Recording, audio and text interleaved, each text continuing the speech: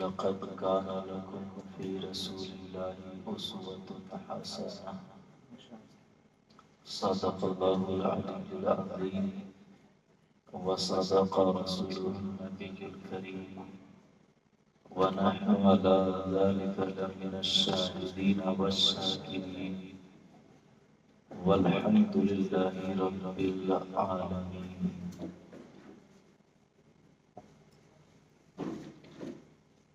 بلغ العلا بكماله كشف الدجى بجماله حسنت جميع خصاله صلوا عليه وآله. وکمال حسن حضور ہے کہ گمان نفس جہاں نہیں، یہی پھول خار سے دور ہے، یہی شمع ہے کہ دھواں نہیں. بخدا خدا کا یہی ہے در، نہیں اور کوئی مفر کر. جو وہاں سے ہو یہی آ کے ہو، جو یہاں نہیں تو وہاں نہیں.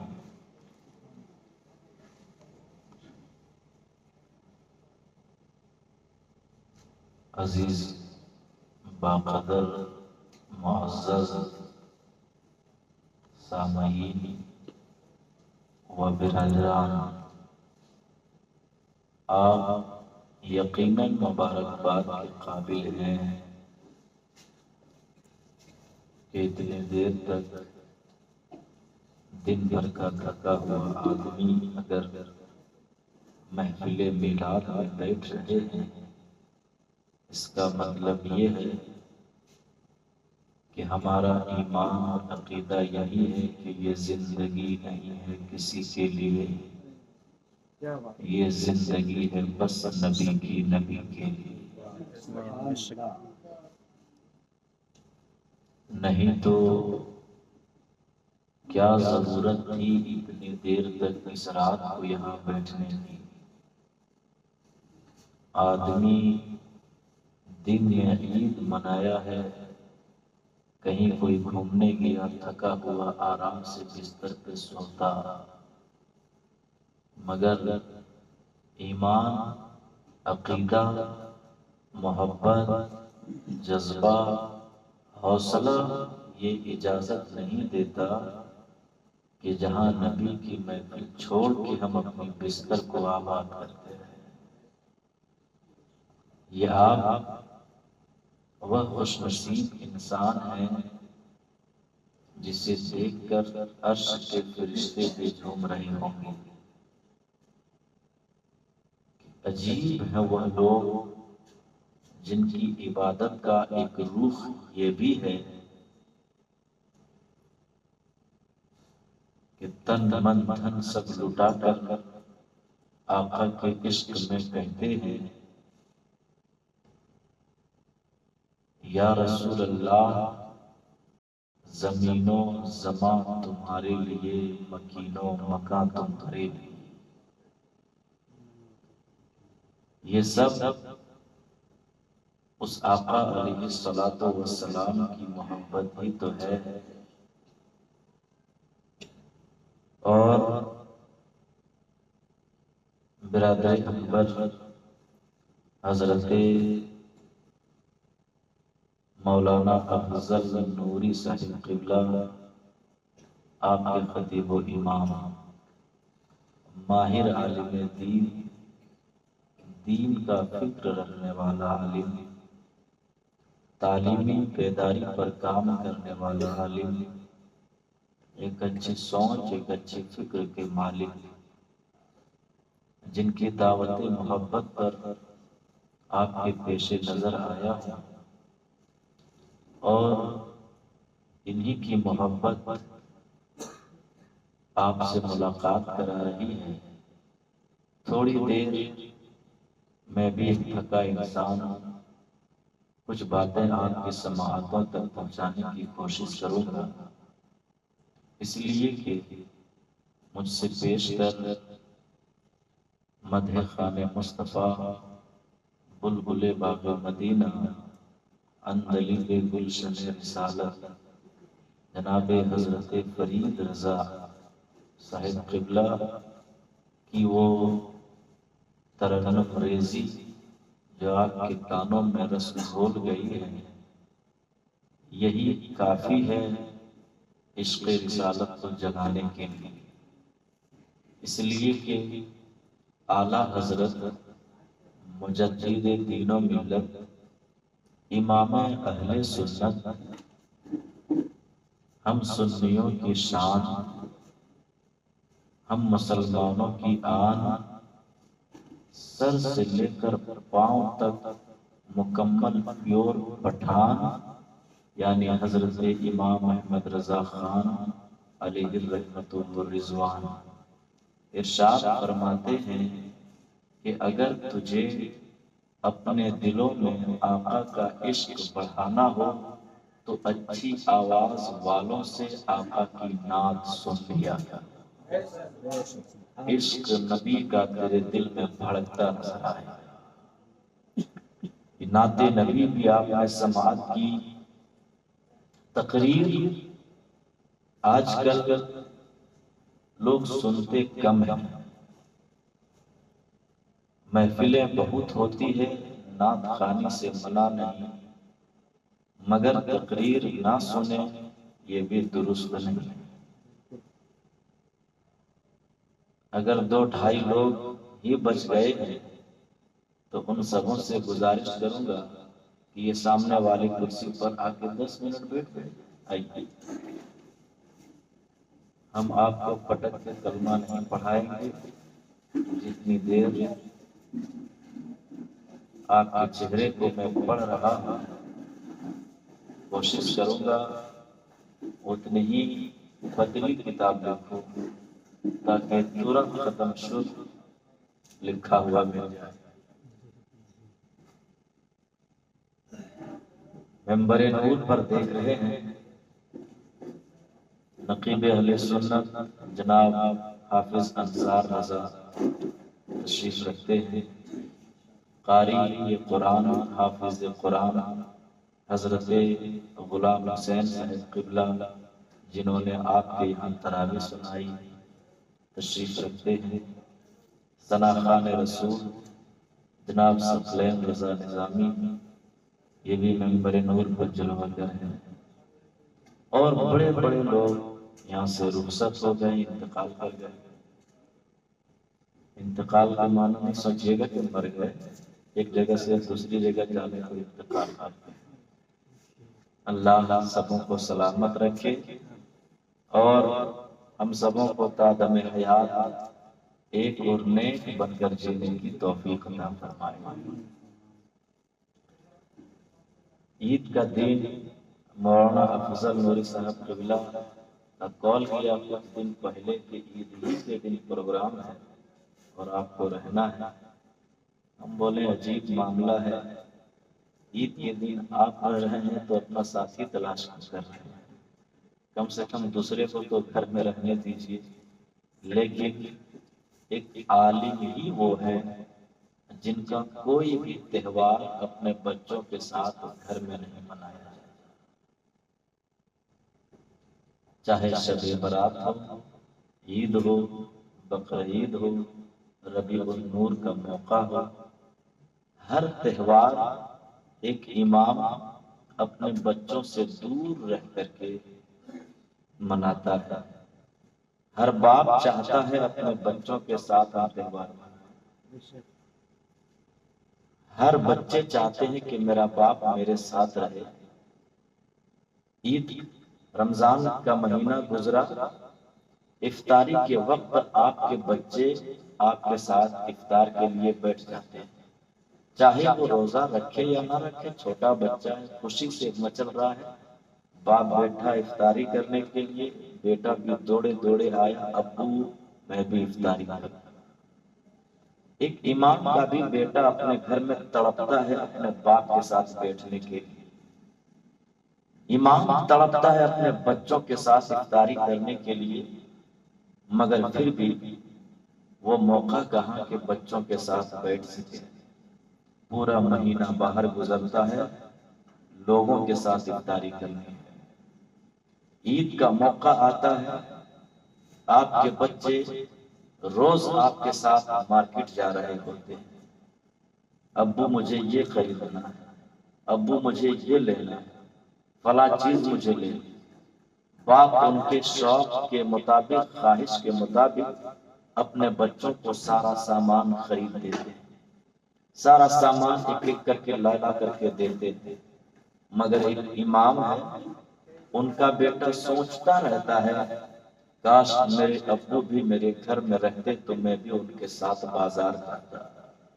بیٹا یہاں وہاں تڑپ رہا ہے، باپ یہاں تڑپ رہا ہے، مگر پھر بھی دین کا خیال ہے ان کے دھڑکتے دھڑکنوں میں کہ بیٹے سے مل نہیں پاتا، جاؤ بیٹے تو ہی صبر کر لے، مجھے دین کا بھی کام کرنا ہے۔ ایک امام ہے، عید کے موقع پہ جب ہر کوئی، ہر باپ عیدگاہ سے پلٹ کر اپنے گھر آتا ہے، یا تو عیدگاہ جا رہا ہوتا ہے، باپ کی انگلی پکڑ کر کے بیٹا چلتا ہے، ابا مجھے بھی لے چلو نا، باپ اسے انگلی تھما کر عیدگاہ لے کر کے جاتا ہے، کبھی کچھ خریدتا ہے، کبھی ساتھ میں نماز پڑھاتا ہے، مگر ایک امام، ان کا بیٹا تڑپتا ہے کس کے ساتھ، کس کی انگلی پکڑ کر کے ہم جائیں عیدگاہ؟ باپ یہاں تڑپتا ہے کہ میرا بیٹا پتہ نہیں کس حال میں عیدگاہ گیا ہوگا۔ اللہ اکبر۔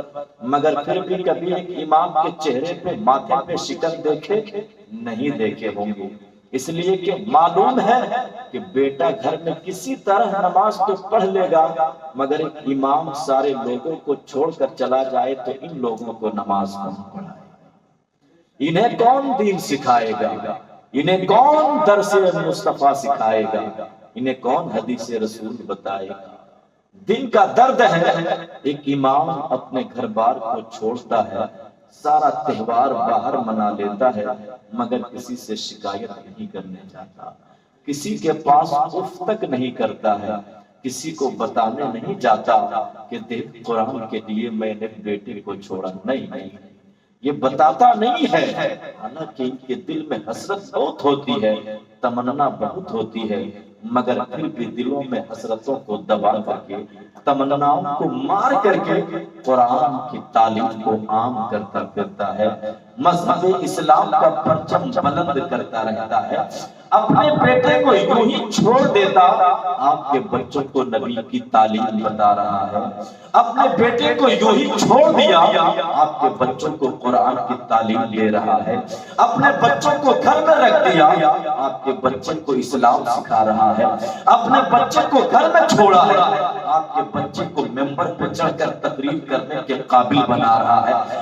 بتا دنیا میں کوئی ایسی ذات ہے جو آپ کے لیے اس قدر محنت کرنے والی ذات ہو؟ دنیا کے ہر ایک اوراق، ہر ایک چپے، ہر ایک خطے کو پلٹ کر دیکھو، دنیا میں کوئی انسان ایسا نہیں ملے گا۔ میں پوچھنا بتا، اے عالم دین، اے مولانا، آپ کے اندر یہ حوصلہ کہاں سے آ گیا؟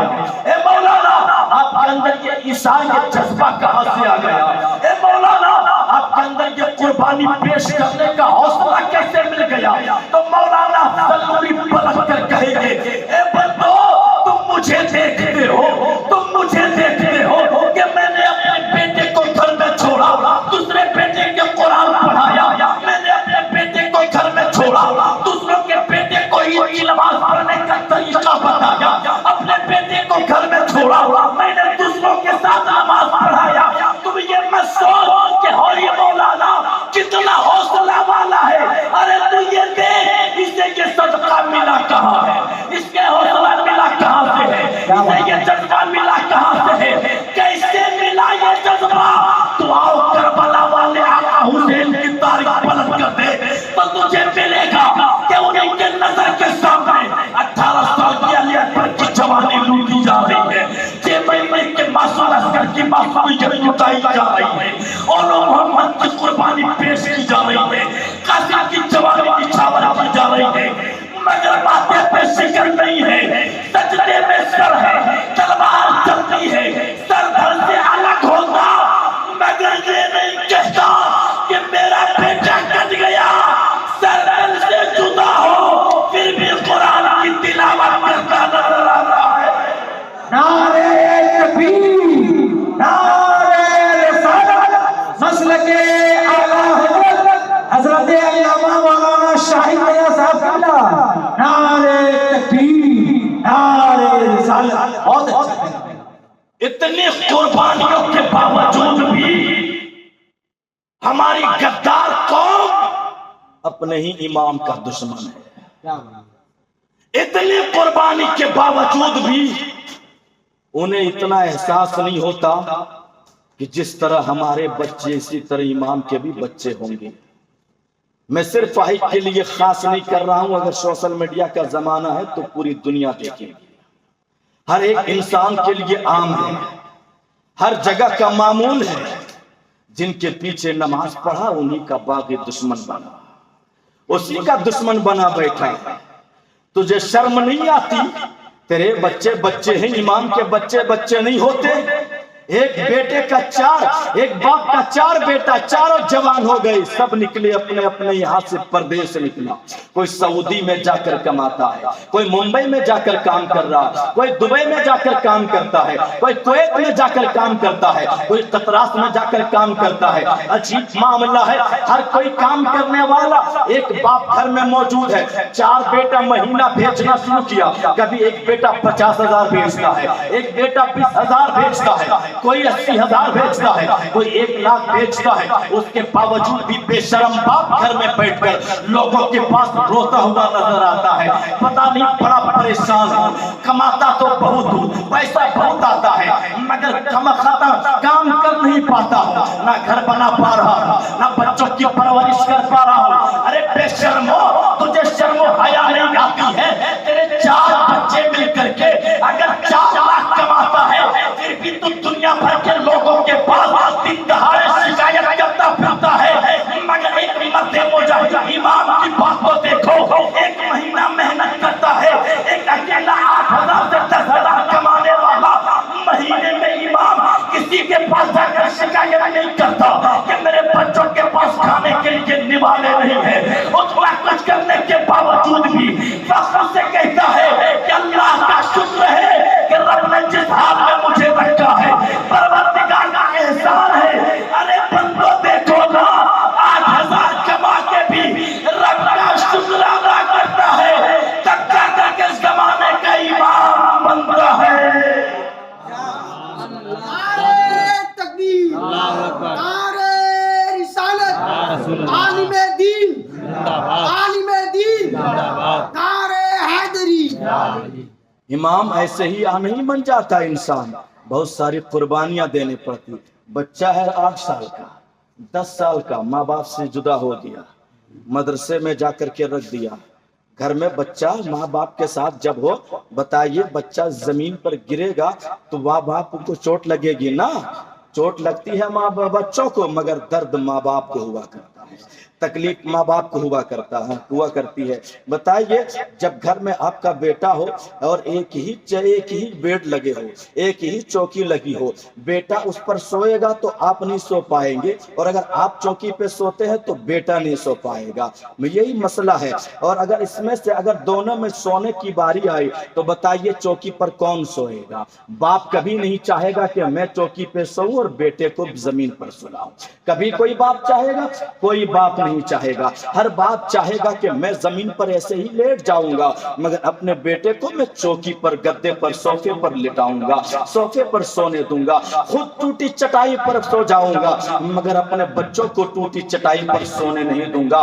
ہر ماں چاہتی ہے کہ خود بھیگے بستر پہ سو جاؤں گی، مگر اپنے اولادوں کو سوکھے بستر پر سلاؤں گی. مگر بتائیے سب کچھ جاننے کے باوجود بھی ایک ماں باپ اپنے ایک لگتے جگر کو، اپنے نور نظر کو، اپنے بیٹے کو اپنے گھر سے باہر نکالتا ہے. کس عمر میں؟ 10 سال کی عمر میں نکالا ہے، 10 سال کی عمر میں نکالا ہے. مدرسے میں گیا، مولانا کے حوالے کر دیا. ہر باپ کو معلوم ہے، ہر ماں کو معلوم ہے کہ مدرسے میں سونے کے لیے چوکی نہیں لگائی گئی ہے، مدرسے میں سونے کے لیے صوفہ نہیں لگایا گیا ہے، مدرسے میں سونے کے لیے انسان کو بیڈ نہیں دیا گیا ہے. ٹوٹی چٹائی اس کے لیے ہے. یہی زمین اس کا بچھونا بنے گی، وہی آسمان اس کا شامیانہ بنے گا. ہر ماں باپ کو معلوم ہے. مگر بتا، پتھر پہ دل پہ پتھر رکھ کر کے ہر ماں باپ اپنے بیٹے کو اپنے دل سے زندہ کر دیتا ہے، مدرسے کے حوالے کر دیتا ہے۔ بیٹا 10 سال کی عمر میں ماں باپ سے الگ ہو گیا ہے، پتا اس سے ماں باپ کے ساتھ رہنے کی خواہش نہیں تھی، ہاں تمنا ہے، ہر بیٹا چاہتا ماں باپ کے ساتھ رہوں، مگر اس کے باوجود بھی اپنا گھر چھوڑا، ماں کا ممتا چھوڑا، باپ کا پیار چھوڑا، ماں کی بہن کی محبت کو چھوڑا، باپ کے بھائی کی اخوت کو چھوڑا اور مدرسہ چلا گیا ہے۔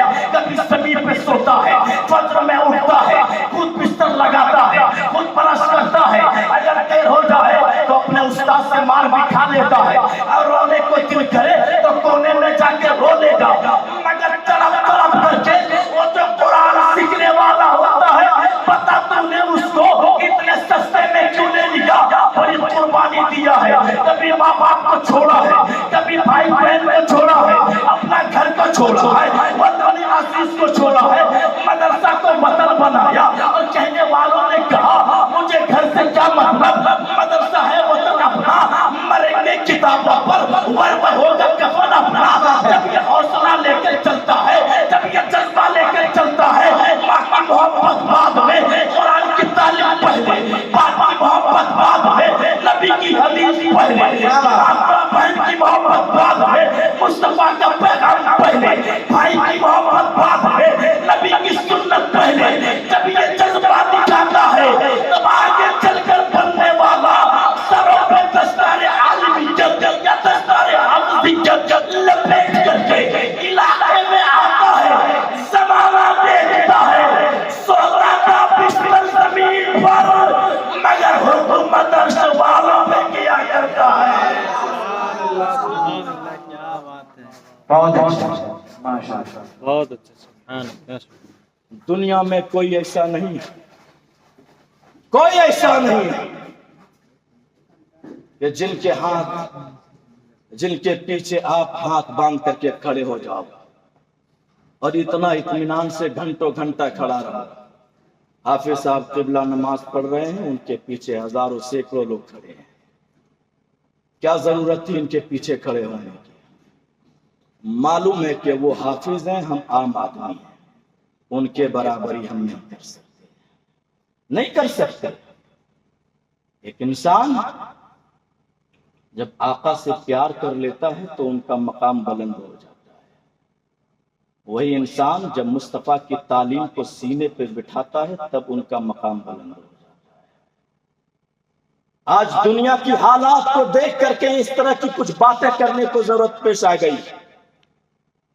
اسی رمضان کے مہینے میں ایک جگہ کی ویڈیو وائرل ہوئی تھی حضرت، ایک حافظ صاحب 12 سال سے ایک جگہ امامت کر رہے تھے، بیچارے تراویح نماز پڑھا کر کے نکلے، انہی کے مقتدی نے اس پر ایسا حملہ کیا کہ ناک منہ سے خون چالو کر دیا۔ اللہ اکبر، کتنے غدار قوم ہیں ہمارے، کتنے بے وفا قوم ہیں ہمارے، جن کے پیچھے نماز پڑھو اسی کو لات سے مارو۔ جس مسجد سے نماز پڑھ کر امام کے پیچھے نکلا تھا، مسجد سے باہر نکل کر اسی امام کی شکایت نہیں کرنے لگے۔ کیا ہماری پہچان یہی رہ گئی؟ یقین جانیے جو اپنے لیڈر کو پہچانتا نہیں وہ دنیا میں کتوں کی طرح در بدر بھٹکتا رہتا ہے۔ جو اپنے رہنما کی حقیقت کو جانتا نہیں وہ انسان خنزیر کی طرح جہاں تامہ مارتا پھرے گا، اسے سکون کہیں نہیں ملے گا۔ بات بہت ہی کڑوی لگے مگر الحق مر، حق بات کڑوی ہی ہوتی ہے۔ کوئی غم نہیں، دنیا میں کب تک اس طرح سے مارے مارے پھرتے رہیں گے ہمارے لوگ؟ کیوں اپنے بچے کو عالم دین لوگ نہیں بنانا چاہتے؟ کبھی ہم نے سوچا؟ وجہ یہ ہے کہ ہمارے گاؤں میں ایک امام صاحب ہیں، پورا گاؤں والے اس امام کو وہ حیثیت نہیں دے پاتے جو ان کی عزت ہونی چاہیے۔ گاؤں کا مکھیا آ جائے تو ان کے پیچھے پیچھے لوگ گھومتے ہیں، مگر امام کو پیچھے پیچھے گھماتے ہیں۔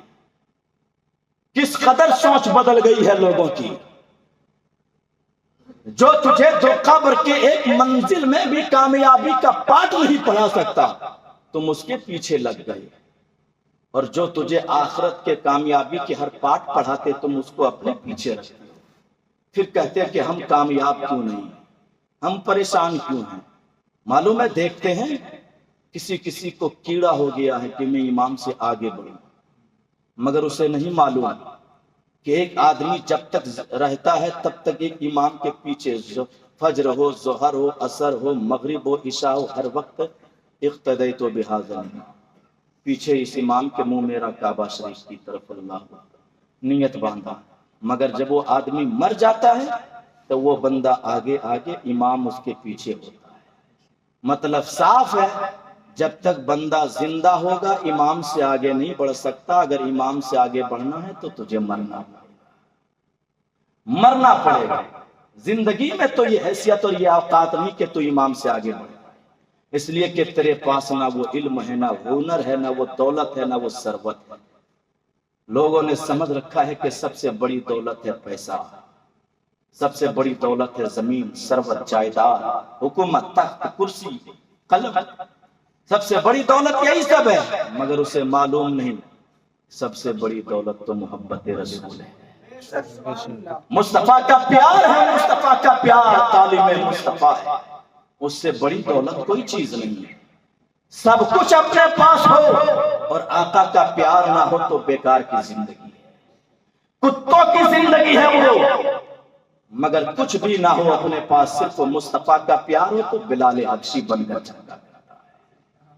دنیا اسے مجنون کہے، دنیا پاگل کہے، مگر مصطفیٰ جسے اپنا بنا لے قیامت تک اس کا نام زندہ رہا۔ مصطفیٰ فرماتے وجہ کیا کہ جنت میں جاؤں تو قدم میں بلال کی آہٹ پہلے سنائی دیتا ہے۔ اللہ، بلال کے قدموں کی آہٹ جنت میں سنائی دے۔ کیا اس کے پاس کروڑوں کی پراپرٹی تھی؟ اس لیے نہیں پوچھا گیا، اے بلال تم کون سا کام کرتے ہو؟ تو سنو، حضرت بلال فرماتے یا رسول اللہ میں وضو بناتا ہوں اور مسجد میں جاتا ہوں، تحیت الوضو 2 رکعت پہلے پڑھ لیا۔ یہ تحیت الوضو جو 2 رکعت نماز پڑھتا ہوں اسی کی برکت ہے۔ اللہ نے ان کے قدم کی آہٹ کو جنت میں مصطفیٰ کو سنا دیا۔ نماز کی برکت نماز، تسبیح کی برکت تسبیح۔ رمضان کے مہینے گزرے، کتنے لوگوں نے اتنی کوتاہی کی کہ اس مہینے کے روزے تک نہ رکھے۔ فرمایا جاتا ہے کہ رمضان کے مہینے کا ایک روزہ اگر کسی نے چھوڑ دیا، پوری زندگی اس کے بدلے میں روزہ رکھے گا پھر بھی اس کی فضیلت تک نہیں پہنچ سکتا۔ اللہ اکبر۔ اور مصطفیٰ جان رحمت صلی اللہ تعالی علیہ وآلہ وسلم نے ارشاد فرمایا، لوگو رمضان کا روزہ تمہارے لیے بدن اور تیری روح کو پاک کرنے کا ذریعہ ہے۔ یہ روزہ دیا کیوں ہے رب قدیر نے؟ تفسیر نعیمی میں مفتی احمد یار خان نعیمی ارشاد فرماتے ہیں کہ انسان کی روح الگ تھی، جسم الگ تھا، روح عالم ارواح میں، جسم کہیں اور۔ اس وقت اسے نہ کھانے کی ضرورت تھی نہ پینے کی ضرورت تھی، مگر اللہ تبارک و تعالیٰ نے اس روح کو ایک جسم میں ڈالا تو روح اور جسم آپس میں ملے، اور جب دنیا میں آئے تو اس کو کھانے کی ضرورت پڑی۔ جب آپس میں مل گئے تو کھانے کی ضرورت پڑی، اور جب نہیں کھاتا تھا یہ اس وقت اس سے کوئی گناہ نہیں ہوتا تھا، اور جب انہوں نے کھانا شروع کیا تو گناہ آنا شروع ہو گیا۔ روزہ رب قدیر نے اس لیے دیا تاکہ تو روزہ رکھ اور اس پرانی چیزوں کو یاد کر لے کہ جب نہیں کھاتے تھے تو گناہوں سے بچے رہتے تھے۔ رمضان کے مہینے میں جب تم روزہ رکھو گے، پورا دن تو کھانے پینے سے بچے رہو گے، تو اس کی وجہ سے تیرا گناہ بھی کم ہوتا چلا جائے۔ اللہ تبارک و تعالی گناہوں کو مٹا دیتا ہے۔ پاک پروردگار عالم نے روزہ دیا کیوں؟ یا ایھا الذین آمنوا کتب علیکم الصیام کما کتب علی الذین من قبلکم لعلکم تتقون۔ رب قدیر فرماتا ہے لوگوں رمضان کا روزہ تجھے اس لیے دیا گیا ہے کہ اگلے امتوں پہ بھی فرض کیے گئے تھے، تم میں بھی فرض کیا گیا۔ روزہ رکھو اس لیے کہ جو روزہ رکھتا ہے اللہ تعالیٰ اسے متقی بنا دیا کرتا ہے، وہ تاکہ تم پرہیزگار بن جاؤ، تاکہ تم متقی بن جایا کرو۔ اے لوگوں سنو، ہم نے دیکھا نہیں اس رمضان کے مہینے میں کتنے دن گزر گئے، 30 دن کا روزہ ہمیں میسر آ گیا۔ اس 30 دنوں کے اندر ہم نے روزے رکھے، تراویح کی نماز پڑھی، قرآن کی تلاوت ہوئی، صدقات و خیرات کیے گئے، غریبوں کی مدد کی گئی، غریب یتیموں کو سینے سے لگایا گیا، بیواؤں کو پاس صدقات کیے گئے۔ مگر اے لوگوں ذرا توجہ سے سنو، ہم نے اس ایک مہینے کے اندر میں اتنی جس قدر عبادت ہوئی اس قدر سے ہر ایک بندے کے یہاں پہ روزانہ افطاری کے موقع پہ دیکھیے، چاہے وہ امیر ہو یا غریب ہو یا مڈل کلاس کے لوگ ہو، ہر گھر کے دسترخوان پر بہتر سے بہتر غذا سجے ہوئے ہوتے تھے۔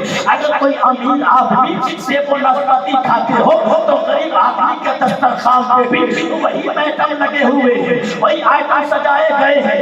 آخر معاملہ کیا ہے؟ اے بندے میں پوچھنا چاہتا ہوں، دیکھ اسلام کا ڈیفینیشن تو دیکھو، اسلام کی خوبصورتی تو دیکھو۔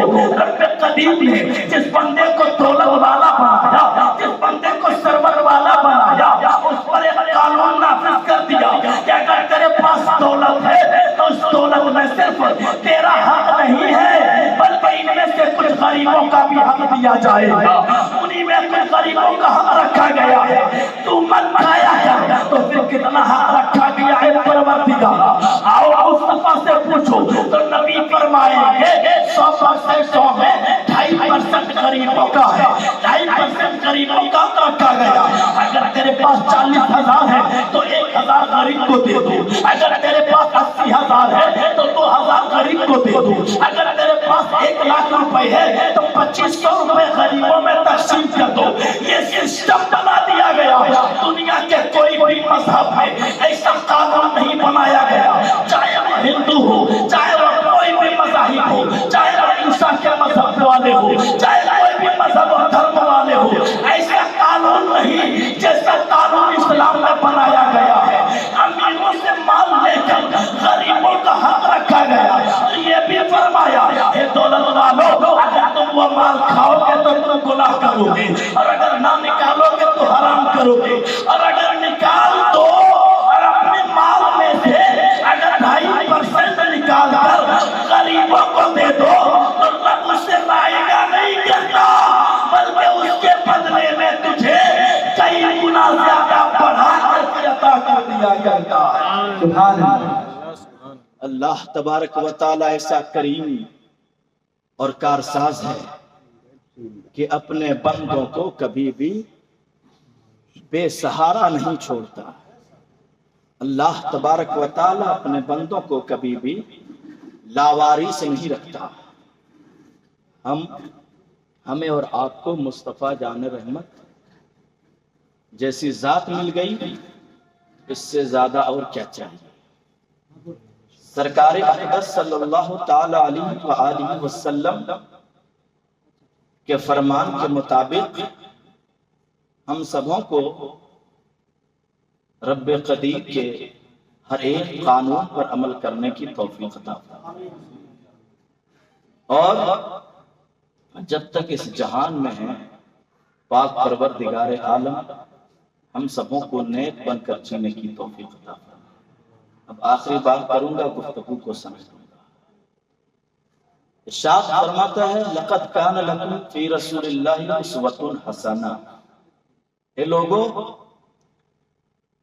رسول کریم صلی اللہ تعالی علیہ وسلم کی زندگی ہم لوگوں کے لیے نمونۂ عمل ہے۔ انہی کے مطابق جب زندگی گزرتی ہے تو انسان بہت ہی کامیاب و کامران ہوتا ہے۔ اور سرکار کی زندگی وہ ہے کہ میرے مصطفیٰ جان رحمت کے ہی دور میں 2 یہودی راستے میں سفر کرے تو راستے میں پتھر پڑا ہوا ملتا ہے۔ ایک یہودی دوسرے کو کہتا ہے ایسا لگتا ہے کہ آج پورے دن اس راستے سے کوئی مسلمان نہیں گزرا ہے۔ کیوں بھائی؟ فرماتے اس لیے کہ اگر کوئی مسلمان اس راستے سے گزرتا تو اس راستے پہ پتھر پڑا ہوا نہیں ملتا۔ یعنی مسلمانوں کی عادت اور مسلمان اسے کہتے ہیں جو دوسروں کے راستے پہ کانٹے اور پتھر نہیں بچھایا کرتے بلکہ راستے سے پتھر ہٹا دیا کرتے، اسے مسلمان کہا جاتا ہے۔ لوگوں کے گھروں میں جو بم پھینکے اسے مسلمان نہیں کہا جاتا بلکہ جو اس نفرت کے بدلے میں بھی جو دعاؤں سے نوازتے اسے مسلمان کہا جاتا ہے۔ پوچھا گیا اس لیے کیوں؟ تو یہودی کہتا اس لیے کہ اس مسلمانوں کے لیڈر، سب سے بڑے لیڈر مصطفیٰ نے کہا ہے کہ جو راستے سے پتھر ہٹا دے اللہ اس کے بدلے میں بھی نیکیاں عطا فرما دے۔ سادگی میں، اس لیے کہ یہ وقت وہ نہیں ہے جس وقت میں عام جو تقریریں ہوتی ہے، بس ایک دو بات سادگی میں سنے، گفتگو کو ختم کر رہا ہوں۔ مصطفیٰ جان رحمت پہ ظلم و ستم ڈھائے ہیں، شروع میں نے اٹھایا تھا علماء قربانیاں کیوں دیتے ہیں، برداشت کیوں کرتے ہیں؟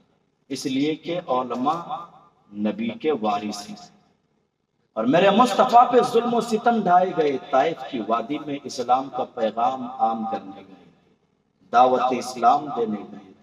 اسلام تو لوگوں نے قبول نہیں کیا مگر میرے مصطفیٰ پہ پتھر بہت برسایا، اتنے پتھر سے مارے کہ پاؤں میں چوٹ لگتی تھی، خون کے فوارے نکلتے تھے، جوتیوں میں خون جم جاتا تھا۔ چوٹ کی وجہ سے میرے نبی جب زمین پہ آتے تو ظالم اوباش کندھے پکڑ کر کے اٹھاتے اور پھر پتھر سے نشانہ میرے مصطفیٰ پر۔